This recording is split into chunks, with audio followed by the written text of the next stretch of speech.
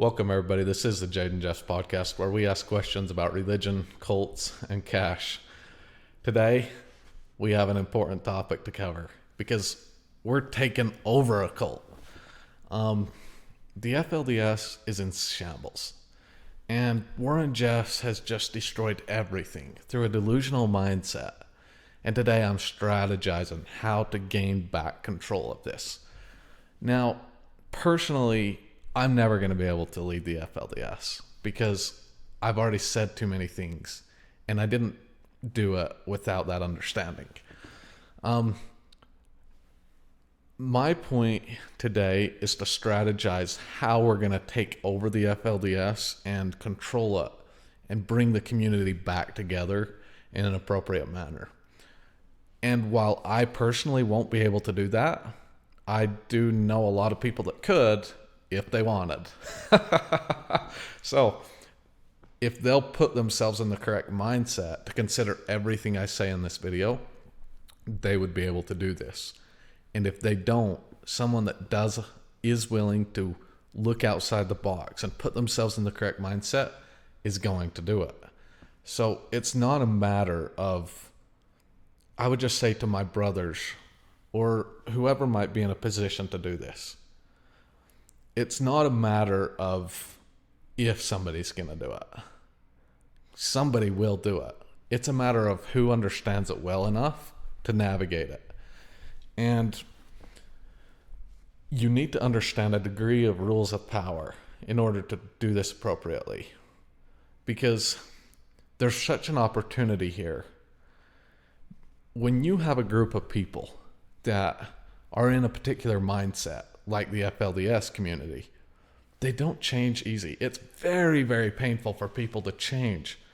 And if somebody was to start today to do the things that I'm going to tell you to do, they could easily garner a community of at least 10,000 people in 10 years from now, or even 100,000 people in 30 years from now. It would be very easy to take the mindset of this big group of people, even if every one of the people that are in the FLDS sat and watched this podcast episode, it's still so difficult for people to change their mindset, and it's so painful that it would be easy to dismiss this podcast as, just another silly thing. So don't assume that this isn't a possibility after everything that's happened over the last 20 years. It's very, very likely. And the reality is, even if many FLDS people are pretty much out, they long for something that once was. The community that once was there, they long for things that they once had. And it would be not too hard to bring everything back together. So I'm going to cover some important topics that somebody could start doing today. And I know people that are in positions to do these today. The difficulty is their mindset isn't correct. If you have the mindset that Warren Jeffs is right about everything and you can't question him, you're going to be one of those people that isn't really going to be able to follow along with me here, and you're not going to be in a position to I would say take advantage, but in some sense I'm not going to say take advantage, because I think no matter what happens, most of these people want to be part of a community still. So somebody's going to do it. It's just a question of who. And if somebody was to do it successfully, that you could maximize your success by following these rules that I'm going to explain here today. Some people are probably wondering if I want to do this, if I wish I could, if I wish I could go back and take over the FLDS. And the answer is, I think I can do a lot more outside of it. But the other answer to that is also, say I had always stayed there. I never could have seen or known these things that I'm about to tell you if I hadn't been through all the experiences I've been through and be able to see what I can see now. In other words, if I had stayed, it would have been impossible for me to even see that I could do these things. I was too much in a mindset that I needed to be led and guided by God, or that my father was being guided by God, to the degree that it was just impossible for me to see until I'm entirely out of it. And so my hope is that somebody can, if they want, and if the FLDS community just wants to disband, that's fine by me. I don't care. I truly do not care, because I don't live there. I'm not going back. There's nothing you could do is going to take me back to the FLDS at this point. So I literally don't care. And some of the people may view me telling other people these things in a bad light, but the reality is everything in the world is power, and somebody is going to do it. I'm just explaining how you can do it in a successful way, more successful than any other way, that as far as I can see, or more successful than a way that is it probably will naturally occur. So here's the deal. Number one, start today. Start right now. And do not let Warren Jeffs' crazy revelations get out to any of the people. If I was in a position to do this, let's just assume that you're one of my brothers. You're Warren Jeffs' son, and you are kind of in control of the flow of information. Here's what you should do. Do not let any more of these revelations go to anybody. Number two, embrace the fact, the pure fact, that Warren Jeffs will die. And the reason why this is so important is because if you're going to position yourself correctly, it starts today. And every day that goes by with things being as bad as they are, you're going to have much, much, much less opportunity. And if 5 or 6 years go by, 10 years go by, and then Warren Jeffs dies, it's going to be very, very difficult to pull all this together. It's still possible, but much fewer people in a position that you could bring them back into the community. So do not let any more of Warren Jeffs' revelations go to anybody. Embrace the fact that Warren Jeffs will die, and start preparing. How do you want to position yourself? Here's what I think. You're going to have a long-term explanation. And if Warren Jeffs has laid his hands on your head, you're in a prime opportunity because you have the authority.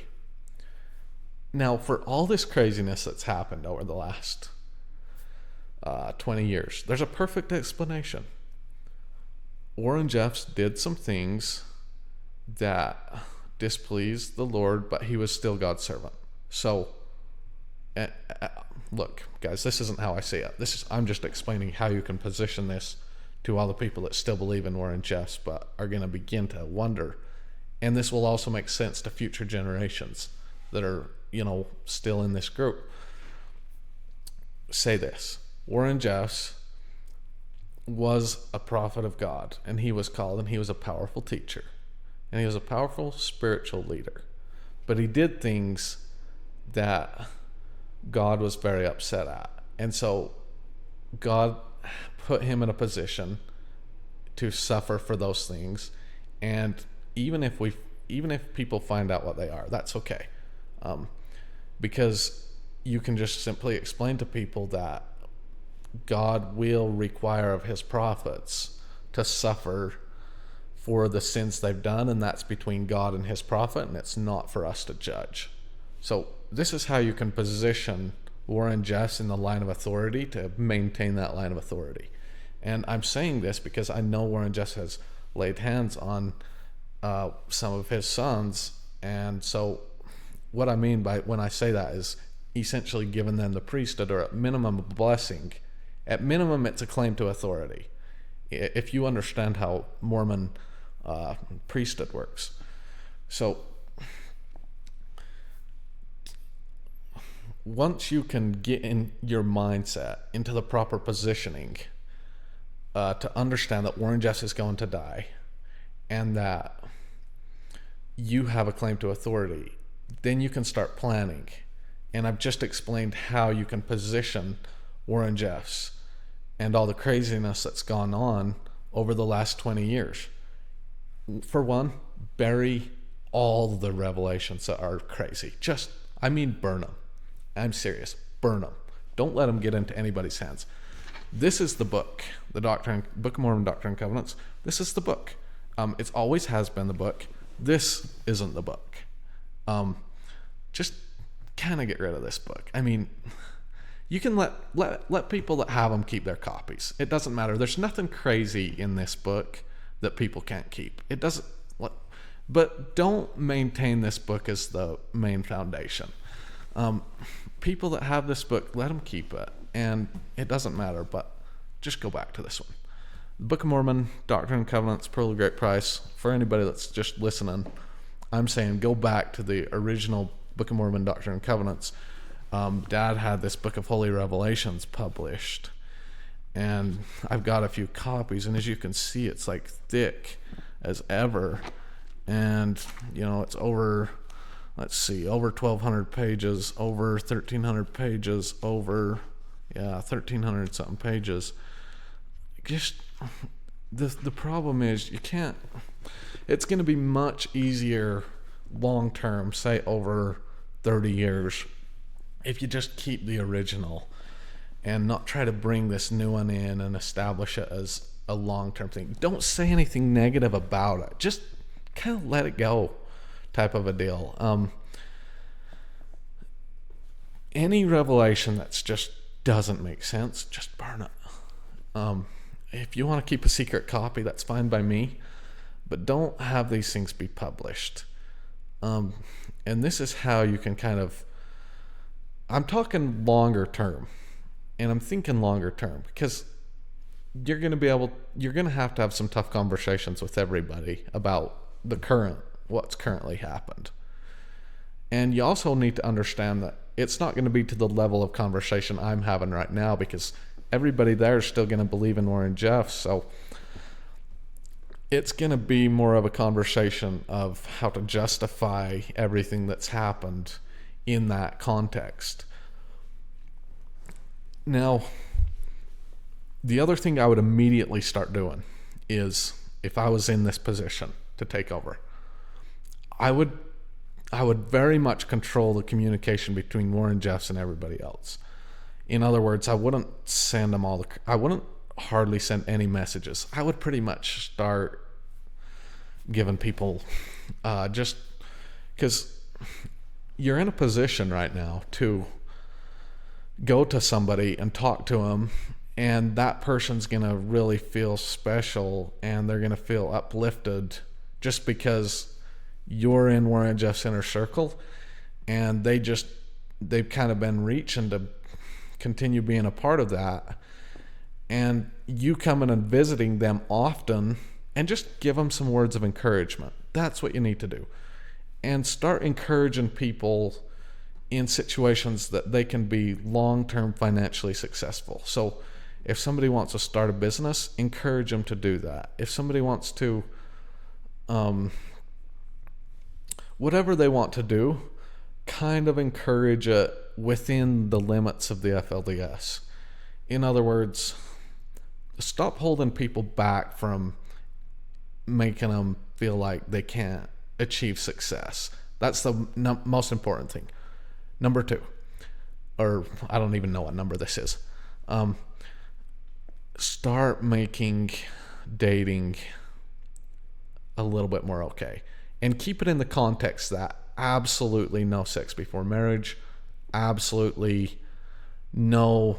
Even personally, I'll tell you what I would do. I would make a revelation, and I would just write it myself. I would write it as if it was coming from Warren Jeffs, And it would say, the Lord wants people to start dating,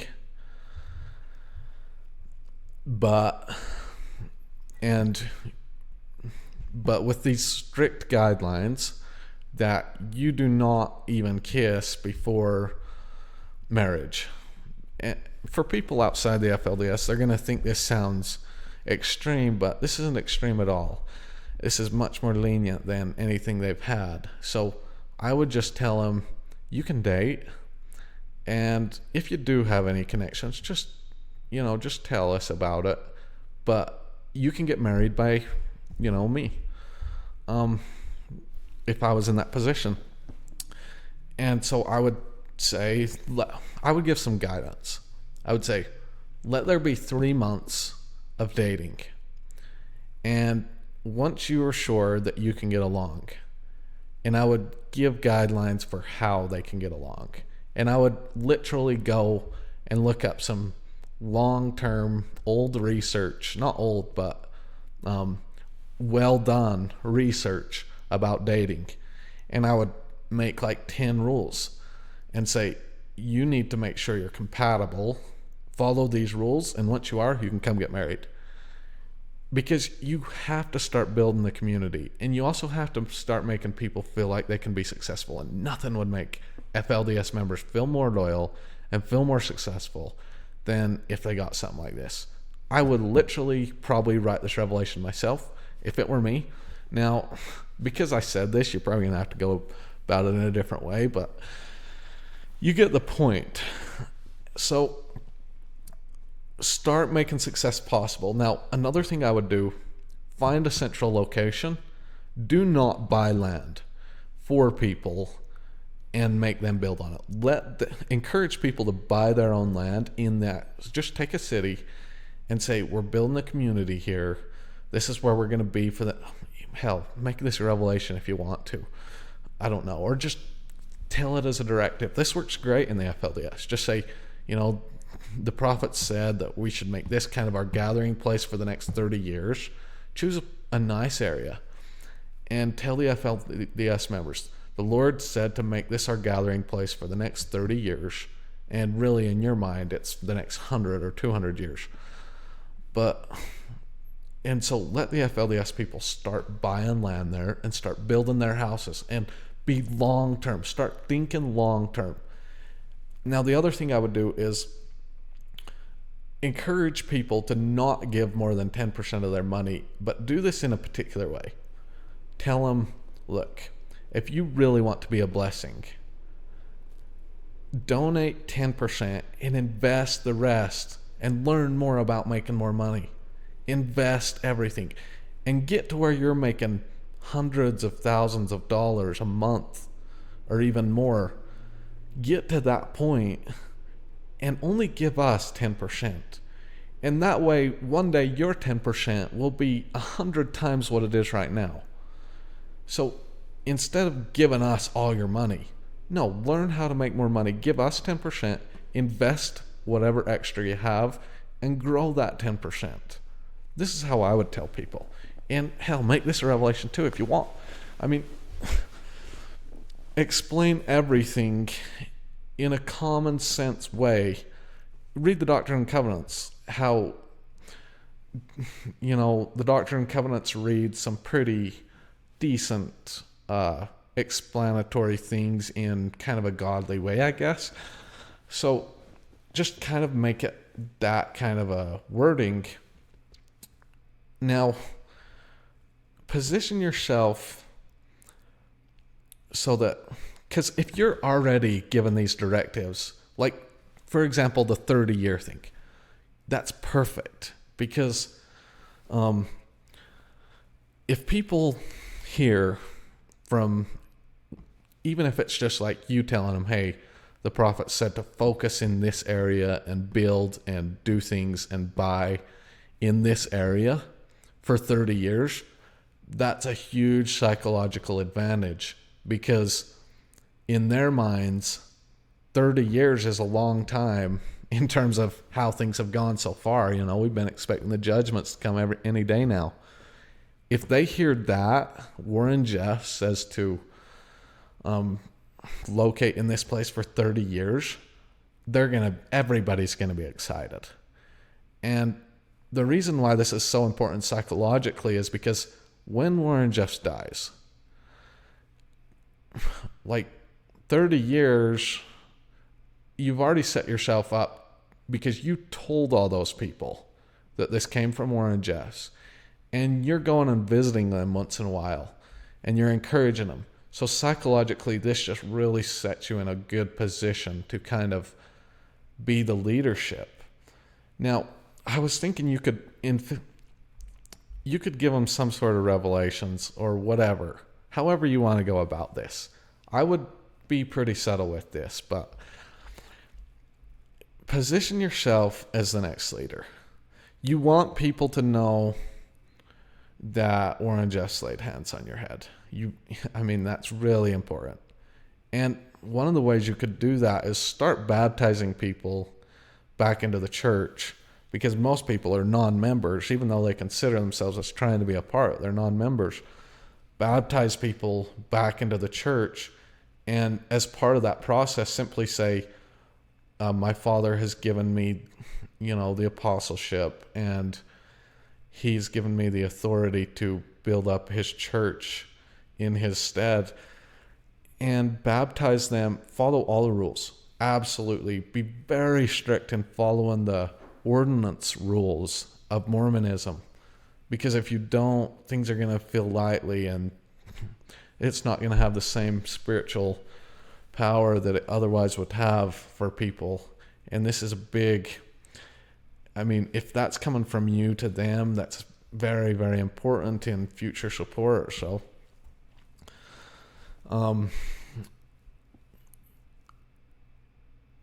then give people the priesthood too. All the ordinances. Perform the marriages. And this way, you're bringing everybody to a central location. And you're starting to give everybody so much more hope. People aren't even going to be thinking about leaving anymore. Now, another thing I would do is tell people to mostly keep away from the internet. But tell them if they need it for their businesses, go ahead and do what you need to do. And somewhere in there, I would just add in that if you have questions about the priesthood or questions about Warren Jeffs or anything that he's done, don't say it this direct. But if you have questions, come and talk to me. Now, I would also be very, very well prepared for those questions. And I could get into that in a sec, but you want people to feel direction and control and consistency. It's like people just need a little bit of hope and a little bit of consistency, and they'll be right back. I promise you. Now, if somebody wants to stay in a certain area, that's okay for the time being. Don't force them to move to a certain area. Just say, as time goes on, this is the gathering place. And don't force people to hurry and move. They've already been forced to move and lose so much money way too many times. Just say, the prophets encouraged that we move to this location. And over a period of 5-10 years, a lot of people will end up in that location. And then because so many people are in that location, more and more people, even if they're doing business far away, they're going to end up buying in that location. And then build a meeting house. Buy the church some land and build a meeting house and start having regular meetings. And let them just be, not too long, for sure, but also encouraging. And you personally stand up to the pulpit and just offer some good, encouraging words. And then also start having some dinners with the community. And you attend them and just enjoy them. You don't need to make it anything spectacular. Everybody would enjoy this so much. Have a dinner with the community and even play some games, like board games or tag. Maybe this is too extreme for FLDS people right now. I don't think it is. I think everybody would really love this.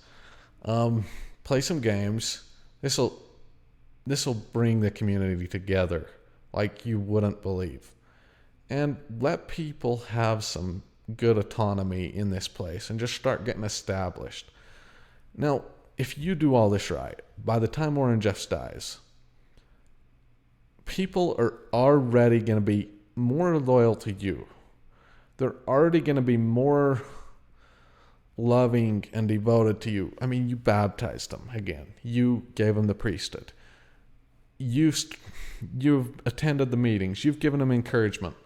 All this stuff you've already done. Warren Jeffs dying isn't going to be that big of a process to handle. Now, it does need handled very carefully, and there's going to be a degree of people that just are upset and leave because they thought they're going to... I guess you can help this to some degree before, but some people are just going to be like, we thought he was going to be renewed, and this is all a bunch of BS, and they're going to leave. And that's fine. But there's also going to be a big part of the community that, yeah, that didn't really make sense, but they're loyal to the work, and they're absolutely, especially if you've positioned yourself as more of a lenient, kind, community-building person, a lot of people are going to not have a second thought. They're going to look to you as the prophet. And don't say anything. Just be quiet. If you've already done everything right, just be quiet. And I mean, no, you're not even competing with anybody because there's nobody else that has the apostleship and there's nobody else that has any claim to authority. Just keep your mouth shut. Everybody will start bearing their testimony of you. Stand up in Warren Jeffs' funeral and read some of the teachings of Joseph Smith and read some of the teachings of Warren Jeffs. Give some powerful teachings. Half everybody there is going to see the mantle of Warren Jeffs fall on you. Seriously. And I'm not joking. They will. And so do that and then just be quiet. Everybody is just going to follow you. And act confidently. Absolutely act confidently. Don't wonder. Other people can wonder. If somebody asks you, are you the prophet? Simply say, seek a testimony from the Lord of that. That's all you need to say. And slowly you'll be able to take over. And then with this, the community will be starting to build again. And you want to maintain a 100 to 200 year view of the community and the leadership. And you can start putting authority together in everything in a way that the community holds together over a long period of time. And everybody's going to be really happy. Now, the one thing I would avoid is any kind of dates. Don't say the Lord's coming is going to be this time. Simply say the Lord will come in his time, and until that time, we're to do our very best. And we're to live by the teachings he's given. Do not give any dates. If you give dates, it's just going to set everything up for another disaster. So don't give dates. I promise everybody would rally around something like this and be really happy. Encourage business, encourage money making, encourage freedom, encourage people to come ask questions. Another thing I would add is have some fun times. And this might need to start a little bit slower, but have some good times and really maintain the proper separation of boys and girls, but also let them back together to the degree that it's not weird to be around each other. It needs to be normal that the boys can be around the girls, but still a strict degree of separation. Well, a strict degree of socializing. Not strict, an appropriate amount of socializing. And so when these boys and girls are 6, 7, 8, 9, 10, they need to maintain that socialization and not have it weird to be boys and girls around each other. Let it be totally normal that they socialize while also maintaining moral guidelines. Kind of how it was before, essentially, but I think you could set up a really good short pamphlet or something for the guidance on this. But let there be fun times. And let the marriages be how they were before, where they're done by the priesthood, and the priesthood is more of a council. So let them date a little bit. I wouldn't say, like I said before, make a pamphlet on the recommended rules for these things, but you have to let people have a path to success. For sure, let there be nice community music. Get the children instruments, get people instruments. Let there be community music. Very important. That really brings people together. Let there be games. What I would do is I would build a church, and I would have also a nice park area where the community could come together and just have a good time and do different things, play games. You could even have like a building with, I don't know, a community like that would love to play pickleball. I love pickleball, but it doesn't have to be pickleball, just something. Now, when people come to you with questions on the internet about the prophet, if you've done everything I've said right from the start, you already have a pretty good position. Your view on Warren Jeffs is always that the relationship between the prophet and the Lord is up to them, and if the prophet's done something wrong, the Lord will make him suffer for that. And that's probably why he was in prison, and that's probably why the Lord let him be in prison. But that is not for us to question whatever goes on there. He was called as a prophet. Just understand that the Lord will judge his prophet, and if his prophet does something wrong, the Lord will make him suffer to the degree that he should, and that is up between the Lord and the prophet, and we shouldn't get in there and judge that. As for us, we want to maintain the teachings of Joseph Smith and Brigham Young and every other prophet that's ever lived, and even the teachings of Warren Jeffs, but just get rid of the revelations that are crazy and just entirely dismiss them. And also, if people get on the internet and listen to things about Warren Jeffs, I think people outside the FLDS wouldn't understand this, but I think people in the FLDS very much would understand if you just told them that those were times where the Lord was taking his prophet through really dark stages because of some of the things that the prophet may have done wrong, but that's between the Lord and the prophet, and we aren't to question the prophet. It's very easy to maintain this doctrine. I think it would be pretty easy. So I wouldn't worry too much about. I would be prepared for all those questions. And as far as one thing you do have in your advantage is the FLDS people look at Warren Jeffs so good, and the people outside. So if an FLDS person watches a documentary about the FLDS, they're not going to believe it. I mean,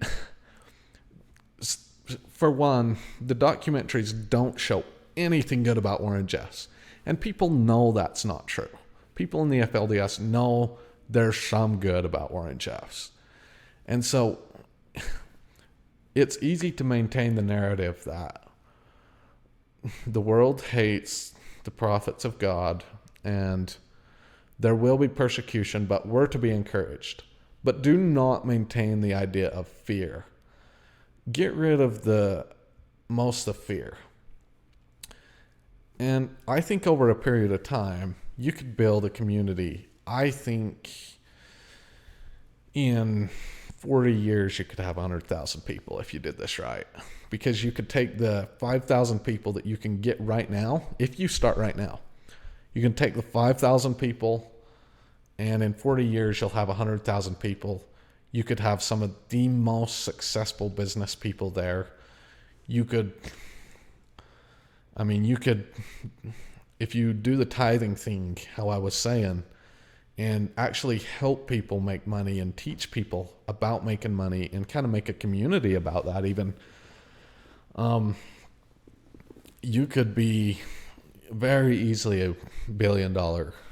Because when people have the discipline like people in the FLDS do, they're going to work really hard.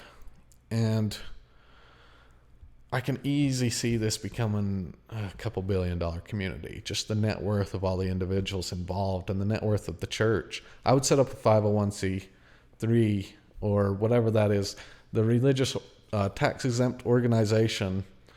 I would absolutely let people keep ownership of their business. And if people want to leave, obviously encourage them to stay, but don't make too big of a deal out of it, and encourage them even after they leave.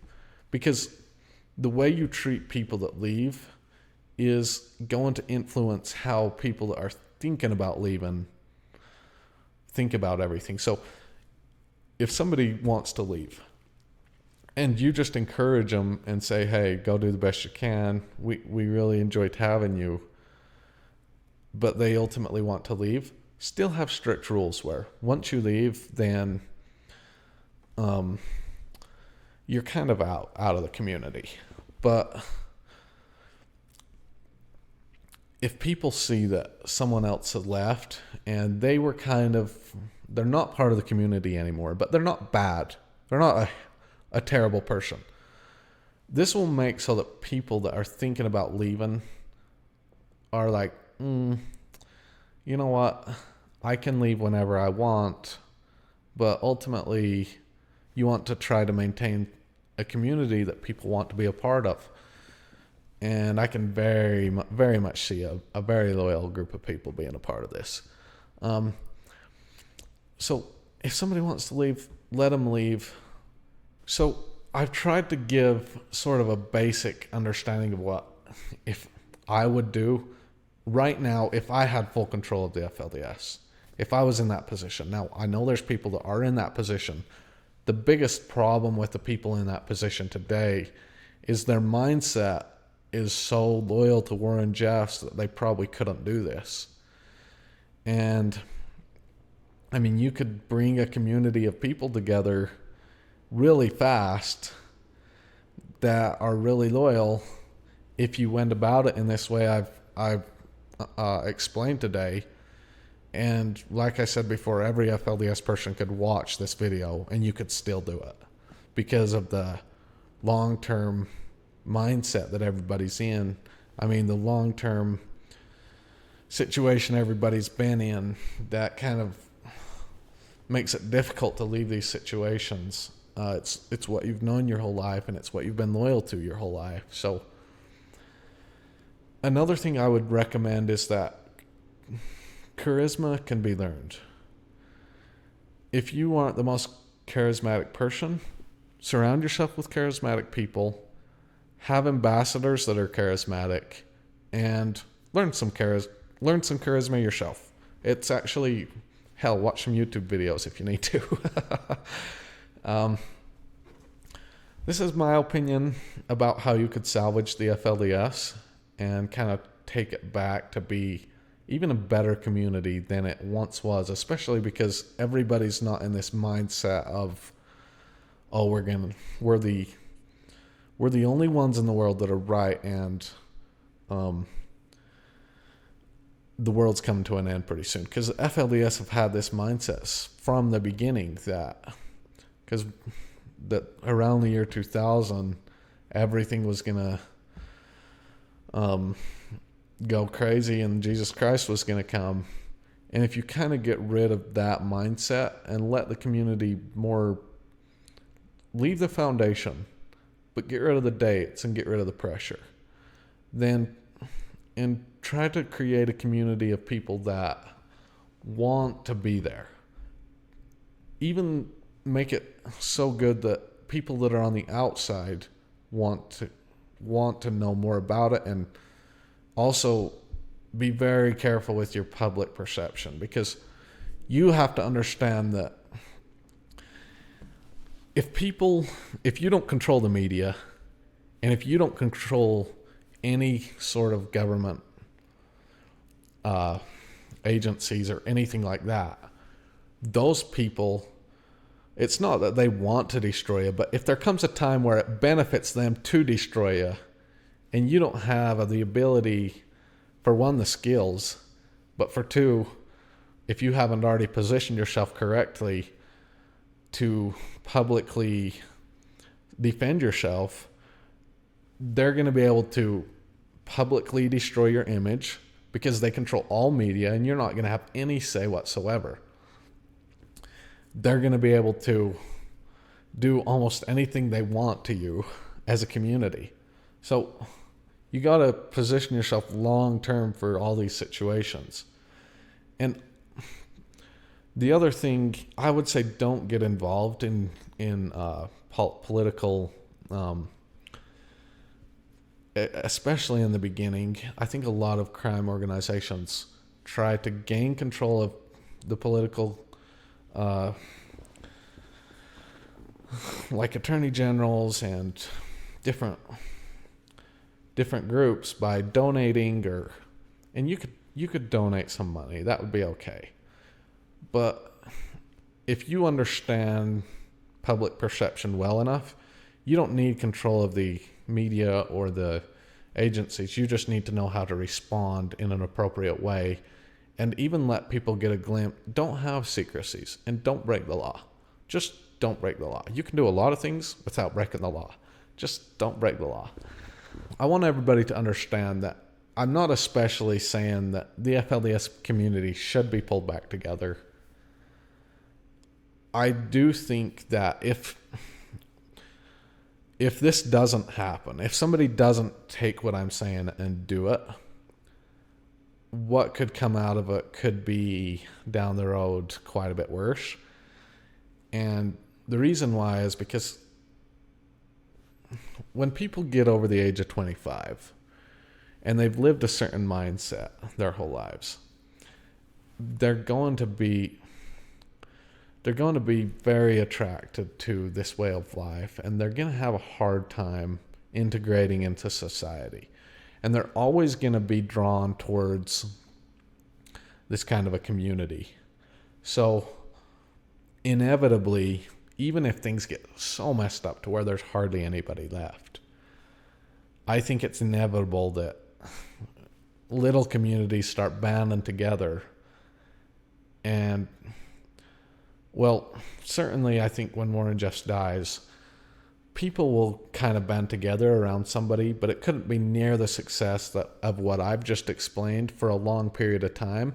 But ultimately, one of the things I think is if you understand the laws of power, you can actually do a lot more good than if you're just trying to live morally and according to moral principles, because those principles can get you into a very delusional state, and you put yourself in a position where you don't understand what you're really navigating in the world. And I mean, this is what creates communities like Waco, and you're setting yourself up for the government to come in and just demolish you someday, or you're setting yourself up for another disastrous leader down the road. So personally, I think it's inevitable that communities kind of faction together off this, whether somebody does what I've said or not. But if somebody does what I said, what I've explained here, you could actually create something that's good out of all these people's mindsets. And I'm not saying this is a bad thing. These people are in are bad or in a bad mindset or anything, because you can argue that, there's an argument to be made that this is a better way of life for that community. And to me, I like to see different ways of life in different communities. But I think it's inevitable that groups form together after Warren Jeffs dies. I'm just recommending that if you started right now, you could build something very, very strong and something good. And understanding the rules of power is, to me, more important than even understanding the rules of morality, because I think that people that just live with good intentions, with wanting to do good as far as moral principles go, that's great. But good intentions are a terrible way to judge anything. And I think a lot of the worst things that have happened in history come from people with good intentions. There's an argument to be made that people, even with bad intentions, that understand the rules and laws of power, often don't do as bad of things as super religious people with good intentions that get led down crazy paths. So, in some sense, this is one of the ways I view the Mormon Church is, would I join them? No, because I think they have had leaders that did this exact thing. Leaders that, now, you don't need every leader to be this power-hungry leader, or somebody that deeply not even power-hungry, just somebody that deeply understands the rules of power. But you need a few. So if you look through the LDS leaders, you'll see a few leaders that truly did not care about following the principles. They put on a good show. Now, that doesn't mean the next leader after them didn't believe strongly in Mormonism. No. It just means there was a leader there somewhere that was willing to part from the strict principles, maintain the doctrine, and put the organization in a position to flourish as far as long-term power goes. And so, look, I'm not going to have an LDS argument right now, but in some sense, what I'm saying is you can either be really devoted and have something go wrong, devout. I was looking for a different word, but you can really believe in your religion and have things kind of screw up, or you can take the other path that I've kind of just described. But that's one of the reasons why I couldn't join the LDS church, is because if I did, I guess in some sense I could, if I viewed it more as a political move. But I certainly couldn't join the LDS church in the view that, this church is the true church. And I do think it's a good way to maintain a degree of moral values, I guess. I think religion is in general. We'll have more conversations about that later, but that's what I would do if I was in a position to take over the FLDS. And the crazy thing is, if I hadn't left the FLDS, I could never see this. And so, would I go back and try doing this? No, I wouldn't. Personally, this isn't my calling in life. This isn't my mission in life. It's not to go back and salvage the FLDS, even if I had the opportunity, which I don't. I don't have the opportunity. Could I get it? Well, if I managed everything just right, I probably could get that opportunity, but I've sort of let that go already. And when I was in the FLDS, this isn't how I thought. I didn't think, should I try to become the leader of the FLDS? That's not how I thought. I thought more in the sense of, I just want to be here to fulfill God's call. That's how I thought. And I could have never had this mindset when I was in the FLDS. But the person that does have this mindset, if they can maintain a degree of belief in the FLDS, maintain a degree of belief, but not to the point where you're delusional, and not to the point that you can't break some of the rules in order to kind of bring things to a more peaceful end. I love the saying, it's not who starts the revolution, it's who finishes it that is going to ultimately gain the benefit and maintain control and enjoy the power of it. So if you can bring this whole crazy situation to a conclusion in a beautiful way, I guess, then you're going to be positioned very finely. And you could easily get a $1 billion organization going, I think. And 100,000 people isn't that big of a thing, especially with polygamy, with the idea of polygamy. 100,000 people in a community isn't that hard to imagine. There is one thing I would say, I would do some studies on genetics and figure out how to make sure the relations were not, you don't want too much inbreeding, and I think there's a way to navigate that. And so I would do some studies on that and come up with a battle plan for how to keep the community healthy and how to keep the cognitive abilities improving in the community and not decreasing. There's definitely ways to do that. So, yeah. I just had this crazy idea. I had been making this video about the rules of power and how I've actually thought about this extensively. How would I bring back the community together over the last couple of years? I've thought about that several times. And I think one of the things that, for example, my brothers in the FLDS that might be in position to do this, I assume they're going to watch this, and I don't know what, I imagine they're would kind of have a revolting reaction.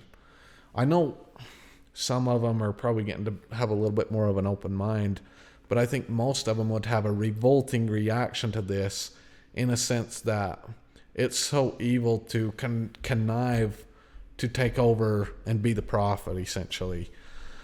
And I guess if you really believe in the FLDS and you really believe in God, it would be evil. But I think that's the mindset somebody's going to have to take if they want to truly make something out of the FLDS. And if you wanted to, because people are going to band together, and there's going to be a bunch of different weird factions, kind of like the whole Sam Bateman thing. There's going to be so much of that when the FLDS just comes to a complete end. There's going to be so much of that if somebody doesn't kind of pull everybody together. In my opinion, there's going to be like 4 or 5 more of those at least. So you can look at this good, you can look at it bad. I don't really care. It's not my business. I can see my brothers that are in position to do this kind of revolting at the idea, but if they catch on to it, they could easily do something big with it. And, you know, my brothers and I, we don't talk, at least right now. I mean, the ones that are in position to do this, we don't talk a whole lot right now. But I think they feel like I'm in a mindset of hating the FLDS and hating Warren Jeffs and hating, and I don't support any of the bad things that have happened, but I don't hate these people. I don't hate my brothers. I don't feel like they're bad people. My brothers probably feel like I'm a bad person that hates them, but at the same time, they might watch this. I think they really likely they do. And I'm sure the idea at first is very revolting, but if you can get yourself to understand why this is the way it is, I think you could do something really big and even really beautiful and build something long term. And the most important thing you have to understand is that the rules of power are not bad, and perhaps are your only true chance to do something good. Because if you just stick with the strict moral rules, then you're going to be delusional in a lot of senses, to where you're not going to be able to navigate doing something like this, how I've just described, if you don't understand some of these rules of power. I would say get the 48 Laws of Power by Robert Greene and read it. And really, there's going to be revolting things about it, but really kind of understand. And it's not like you need to do every single thing in there. If you applied 5 of those laws really well, you could get yourself in a really good position. I have this book right here with me, and I have read it. I've only read completely through it once, but I read through it pretty slowly. And I was thinking about a lot of things as I was reading through it. But this is the book I would recommend if you were trying to do something like this. Get this book and get Robert Greene's other books, and they'll give you some insight that you could do big things. And so I don't hate my brothers, but I also think my brothers could do something really big if they wanted to. And if they don't, they could just disband everything when the time comes that Warren Jeffs dies, just kind of disband everything. I really don't care. I'm just suggesting that this is a possibility, and probably what I would do if I was in that situation. I hope this video doesn't get me in trouble, but people, another really important rule one of the rules I would really follow that's from this book is don't piss the wrong people off. I know there's a tendency when you're in the FLDS and you have that mindset to not care about anything and just be mean to people outside the group. And there's this tendency, even for my brothers looking at me, like they would probably watch this video and mock me, for example. And look, I don't care. But the point is, don't offend the wrong people. So if there's somebody, in general, just make a rule to not mock people too much, because if you piss off the wrong people, that's just going to hurt you down the road.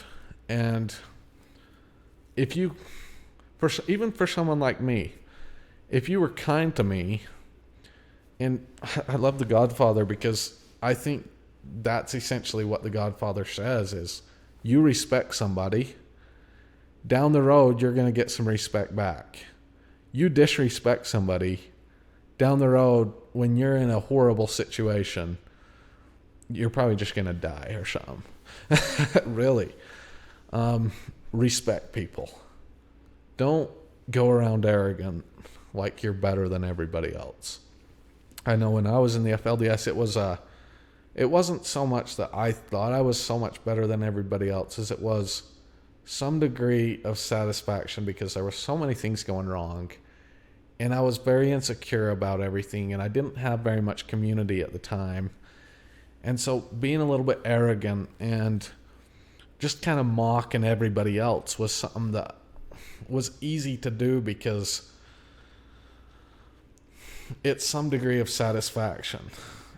But what I've just explained will kind of get the community away from that mindset. And it'll also, if you don't mock people and you respect people, and I'm not saying you can't have a good time. You can have a good time.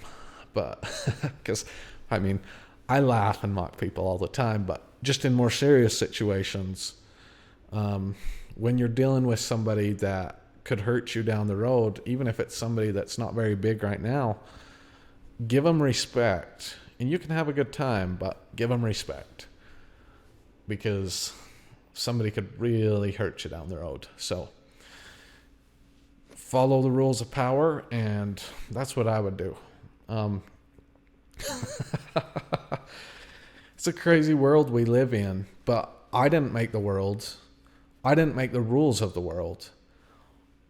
All I can do is observe what other people have done and how my life has gone and how people before me navigated the world and how everybody around me is navigating the world, and try to learn from that. And ultimately, I'm trying to be a good person. But even if you're the best person in the world and you have the most pure motives, if everybody's perception of you is that you're a bad person, you're not going to have a very good chance to do anything in the world. Or it doesn't, even if, between you and God, that was wonderful that you were a good person, but there's a good chance you could even be destroyed or even killed if everybody perceives you as a really bad person. Think of Waco. Do you think a lot of those people were terrible, terrible people? The common theory by now about Waco is that those people were just pretty good people with kind of a delusional leader that, kind of got slaughtered by the government. That's kind of the common theory among a lot of conspiracy theorists nowadays. But I think everybody would agree there was a lot of good people in Waco that had good intentions. Well, why did they get killed? Because they didn't understand, they were in a delusional mindset, and they didn't understand the laws and rules of power. And so it doesn't matter how good or bad of a person you are. It's just a fact that a lot of bad people understand the laws of power to a greater extent than good people do, because good people use morality to keep them within the right limits. Bad people use the laws of power to keep them within the right limits. And some of them expand those limits pretty far. So this is my view kind of on it. And I'm not saying that we should revive the FLDS or make it. I'm saying that a bad community could come out of it if somebody that doesn't understand the laws of power doesn't kind of take control of it and make something good out of it. That's what I'm saying. So thanks guys for watching. Like and subscribe. I'm making a new community. This is not might be a weird video to announce this on, but basically I'm just making kind of an online group. Some people are asking how they can support me, and how, because they don't want to buy something, but they want to support. So I'm thinking I'll make a community, and by the time you're watching this, it might already be up. I'm making a community where it's like $5 a month, and I'm going to have a bunch of different chats where people can talk about religion, they can ask questions, they can talk to each other. There's probably going to be a comedy chat. I think I'll do a Q&A for the podcast where I'll choose 3. I'll make a chat where people can ask questions, and at each podcast I'll answer 2 or 3 questions that people have, and we'll just kind of build a fun community. I'm not sure when I'm going to have this done. I think I'll have it done by the time this podcast is up, but when I do have it done, I'll start promoting it more, or I'll tell you guys about it, and I'll also put it on my website at jadenjeffs.com. And I just think that would be a fun community to have, where we could go into a little bit deeper questions and just have a good time, really. But yeah, if you had a crazy religious experience or just want to talk about the laws of power, or whatever, I'd be glad to have you on the podcast. I'm already looking at a few interviews right now, and I'm hoping to have some good interviews. But for now, until I do the interviews, I'm just going to continue doing these type of podcasts, solo podcasts, because this is what I enjoy doing, and I've learned a lot. And I think by talking to other people, then I can learn even more. And also, it gives me the opportunity to control perception, which is one of the most important aspects. Because even if I'm a good person, if I'm just quiet, then everybody might just think I'm a bad person. But if I can express myself in a positive way, then I can follow these rules and have a better perception in the world. Thanks guys for watching. I would love to have you like and subscribe, like the video, give it a massive thumbs up. Don't start a cult. Follow the rules of power, because if you don't, you're setting yourself up for failure. Peace out.